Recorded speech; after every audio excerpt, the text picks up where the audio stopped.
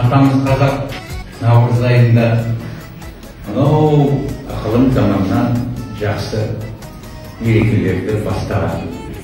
Мысалы, День Валентиндарда, мысалы, шетел жүректер шығарылып, сатылып жатады ғой.